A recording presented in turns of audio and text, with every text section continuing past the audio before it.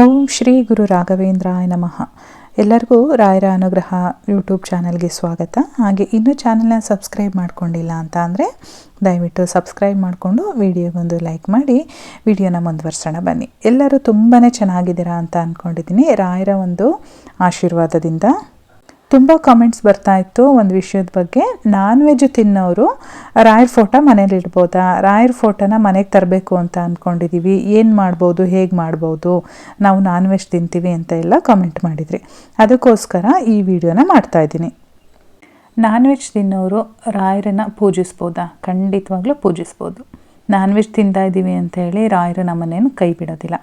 ಯಾಕೆ ಅಂತ ಅಂದರೆ ನಾನು ಕೂಡ ನಾನ್ ವೆಜ್ ತಿಂತೀನಿ, ನಮ್ಮ ಮನೇಲೂ ಕೂಡ ನಾವು ನಾನ್ ವೆಜ್ ಮಾಡ್ತೀವಿ, ನಾವು ಕೂಡ ಗೌಡ್ರೇ.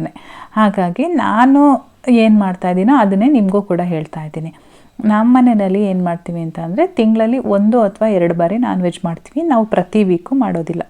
ಮಾಡೋ ಟೈಮಲ್ಲಿ ನಾವೇನು ಮಾಡ್ತೀವಿ, ನಾವು ರಾಯರ ಫೋಟೋನ ದೇವ್ರ ಮನೆಯಲ್ಲಿ ಇಟ್ಕೊಂಡಿದ್ದೀವಿ. ರಾಯರ ಪೂಜೆನೂ ಮಾಡೋದಿಲ್ಲ ಆ ದಿನ.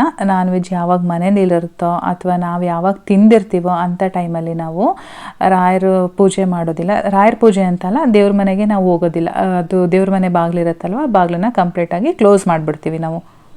ಹಾಗಾಗಿ ನಿಮಗೂ ಕೂಡ ಹೇಳ್ತಾ ಇದ್ದೀನಿ, ರಾಯರು ನೀವು ಮನೆಯಲ್ಲಿ ಪೂಜಿಸಬೇಕು ಅಂತ ಅಂದರೆ ರಾಯರ ಫೋಟೋ ತಂದು ಖಂಡಿತವಾಗ್ಲೂ ನೀವು ಮಾಡ್ಬೋದು, ಅದರಲ್ಲಿ ಏನೂ ತಪ್ಪಿಲ್ಲ.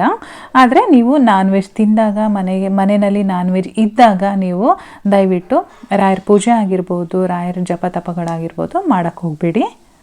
ಯಾವ ಟೈಮಲ್ಲಿ ನೀವು ಮನೆಯಲ್ಲಿ ಮಾಡ್ತಾ ಇರ್ತೀರೋ ಆ ಟೈಮಲ್ಲಿ ನಾನು ಮಾಡೋ ಥರನೇ ನೀವು ಬೇಕಾದರೆ ಡೋರ್ ಕ್ಲೋಸ್ ಮಾಡ್ಕೊಬಿಡ್ಬೋದು, ಇದು ದೇವ್ರ ಮನೆದು ಡೋರು. ಆ ಟೈಮಲ್ಲಿ ಆದಷ್ಟು ಪೂಜೆಗಳನ್ನೆಲ್ಲ ಅವಾಯ್ಡ್ ಮಾಡಿ. ಮತ್ತು ಆದಷ್ಟು ಯಾರ್ಯಾರೆಲ್ಲ ರಾಯರ ಭಕ್ತರು ಇದ್ದೀರೋ ಅಂಥವರು ಸಾಧ್ಯವಾದರೆ ನೀವು ಗುರುವಾರ ನಾನ್ ವೆಜ್ ತಿನ್ನೋದನ್ನು ಕಂಪ್ಲೀಟಾಗಿ ಬಿಟ್ಬಿಡಿ. ಅದು ಕೂಡ ರಾಯರಿಗೊಂದು ಸೇವೆ ಅಲ್ವಾ. ನಾನು ಕೂಡ ಗುರುವಾರ ನಾನ್ ವೆಜ್ ತಿನ್ನೋದಿಲ್ಲ. ಅದಕ್ಕೋಸ್ಕರ ನಿಮಗೂ ಹೇಳ್ತಾ ಇದ್ದೀನಿ, ಗುರುವಾರದೊತ್ತು ನಾನ್ ವೆಜ್ ತಿನ್ನೋದನ್ನು ಕಂಪ್ಲೀಟಾಗಿ ಬಿಟ್ಬಿಡಿ. ಮತ್ತು ಇನ್ನೊಂದು, ನೀವು ರಾಯರ ಫೋಟೋನ ಮನೆಗೆ ತೊಗೊಬತ್ತಾ ಇದ್ದೀರಾ ಅಂತ ಅಂದರೆ ಗುರುವಾರದೊತ್ತೇ ತೊಗೊಂಡು ಬನ್ನಿ. ಈಗ ಗುರುವಾರ ಅಂತ ಅಂದರೆ ರಾಯರ ಭಕ್ತರು ಯಾರ್ಯಾರೆಲ್ಲ ಇದ್ದೀರೋ ಅವ್ರಿಗೆ ಗುರುವಾರ ಒಂದು ಹಬ್ಬ ಅಂತಲೇ ಅಂದ್ಕೊಳ್ಬೋದು. ನನಗೂ ಕೂಡ ಅದೇ ರೀತಿ ಭಾಸ ಆಗುತ್ತೆ, ಅದಕ್ಕೆ ಹೇಳ್ತಾ ಇದ್ದೀನಿ. ಗುರುವಾರದೊತ್ತು ನಾವು ಮನೆಯೆಲ್ಲ ಸ್ವಚ್ಛ ಮಾಡ್ಕೊಂಡಿರ್ತೀವಿ, ಪೂಜೆ ಮಾಡಿರ್ತೀವಿ, ಅದೇನೋ ಒಂದು ಕಳೆ ಇರುತ್ತೆ ಗುರುವಾರ. ಅಂಥ ದಿನ ರಾಯರನ್ನು ಮನೆಗೆ ಕರ್ಕೊಬಂದರೆ ತುಂಬಾ ಒಳ್ಳೆಯದು.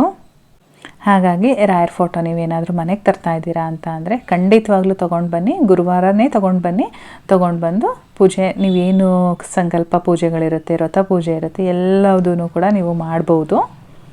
ಫೋಟೋನ ತೊಗೊಂಡು ಬಂದು ನಿಮ್ಮ ಪೂಜೆಗಳನ್ನ ಶುರು ಮಾಡಿ. ಎಲ್ಲರಿಗೂ ಕೂಡ ರಾಯರು ಒಳ್ಳೇದು ಮಾಡ್ತಾರೆ. ನಾನು ಕೂಡ ರಾಯರಿಗೆ ಪೂಜೆ ಮಾಡಬೇಕಾದ್ರೆ ನಾನು ಅದನ್ನೇ ಕೇಳ್ಕೊಳ್ತೀನಿ. ಈ ನನ್ನ ವೀಡಿಯೋಗಳನ್ನ ನೋಡಿ ಯಾರ್ಯಾರೆಲ್ಲ ಸೇವೆಗಳನ್ನ ಮಾಡ್ತಾ ಇದ್ದಾರೆ ಅವರಿಗೆಲ್ಲ ಒಳ್ಳೇದು ಮಾಡು ತಂದೆ ಅಂತಲೇ ನಾನು ಯಾವಾಗಲೂ ಕೇಳ್ಕೊಳ್ಳೋದು. ಸೊ ಈ ವಿಡಿಯೋ ಮುಖಾಂತರ ನಿಮಗೆ ಒಂದು ನಾನ್ ವೆಜ್ ತಿನ್ನೋರು ರಾಯರ ಪೂಜೆ ಮಾಡ್ಬೋದಾ ಬೇಡವಾ ಅಂತ ಒಂದು ಕ್ಲಾರಿಟಿ ಸಿಕ್ಕಿದೆ ಅಂತ ನಾನು ತಿಳ್ಕೊಂಡಿದ್ದೀನಿ. ರಾಯರಿಗೆ ಪೂಜೆ ಮಾಡಿ ರಾಯರನ್ನು ಒಲಿಸ್ಕೊಳ್ಳಿ, ರಾಯರ ಅನುಗ್ರಹ ಪಡ್ಕೊಳ್ಳಿ. ಎಲ್ಲರ ಬದುಕು ಕೂಡ ಹಸನ ಆಗಲಿ, ಎಲ್ಲರೂ ಕೂಡ ನೆಮ್ಮದಿಯಾಗಿರೋಣ ಅಂತೇಳಿ ಈ ವಿಡಿಯೋದ ಮುಖಾಂತರ ನಾನು ಹೇಳ್ತಾ ಇವತ್ತಿನ ವಿಡಿಯೋನ ಮುಗಿಸ್ತಾ ಇದ್ದೀನಿ. ನಾನು ಮತ್ತೆ ಸಿಗ್ತೀನಿ ಮುಂದಿನ ವಿಡಿಯೋದಲ್ಲಿ. ಅಲ್ಲಿವರೆಗೂ ಧನ್ಯವಾದಗಳು.